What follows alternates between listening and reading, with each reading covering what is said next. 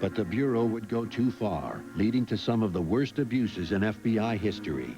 And it would be Operation Solo that would start it down the road to the most embarrassing of these episodes, the surveillance of the Reverend Martin Luther King Jr.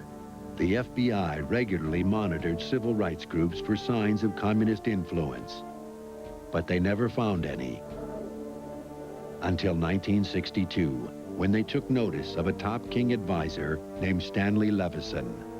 Jack and Morris Childs knew about Levison. Back in the mid-50s, the lawyer had secretly been a financial advisor to the Communist Party of the United States.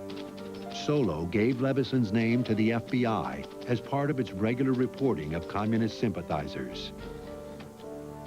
Levison appeared to have dropped out of the party by 1956, never attending another meeting.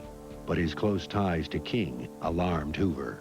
Since Hoover had a rather sovereign, paternalistic view of black capabilities, if he saw a shrewd white communist associating with them, he assumed that they were the ones in charge. Hoover approached Attorney General Robert Kennedy with this information. He told Kennedy that Operation Solo had linked Levison to the Communist Party. It raised terrible possibilities. Was money that was funding the civil rights movement coming from the Soviet Union? That would have been a blockbuster that would have probably destroyed the civil rights movement. When King ignored personal appeals from President Kennedy to dump Levison, Bobby Kennedy authorized wiretaps, bugging, and round-the-clock surveillance of both Levison and King. But still, the Bureau came up with no evidence of communist influence. What it did uncover was evidence of alleged extramarital affairs by King.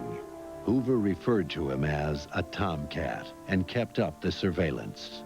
Now, the FBI's investigation seemed motivated almost entirely by the hope of embarrassing King, both politically and personally. So we have here this tremendously ironic bookends, if you will, of where the most successful project in the FBI's entire history, Solo, happens to lead the FBI down what becomes the most damaging channel in the FBI's history, its targeting and pursuit of Martin Luther King Jr. It would take years for the King investigation and other COINTELPRO operations to